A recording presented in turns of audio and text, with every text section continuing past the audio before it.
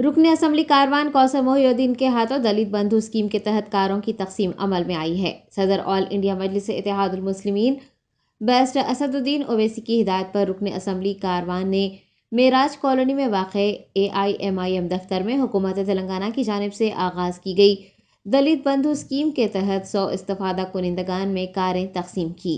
हल्के कारवान के 100 ख़ानदान इस स्कीम से मुस्तफ़ीद हुए हैं। गाड़ियों की तकसीम के मौके पर रुकन असम्बली कारवान के हमरा कॉरपोरेटर मोहम्मद नसीरुद्दीन, मोहम्मद हारून फरहान, वजीउज़्ज़मा, सरगर्म कारकुनान व दीगर मौजूद थे।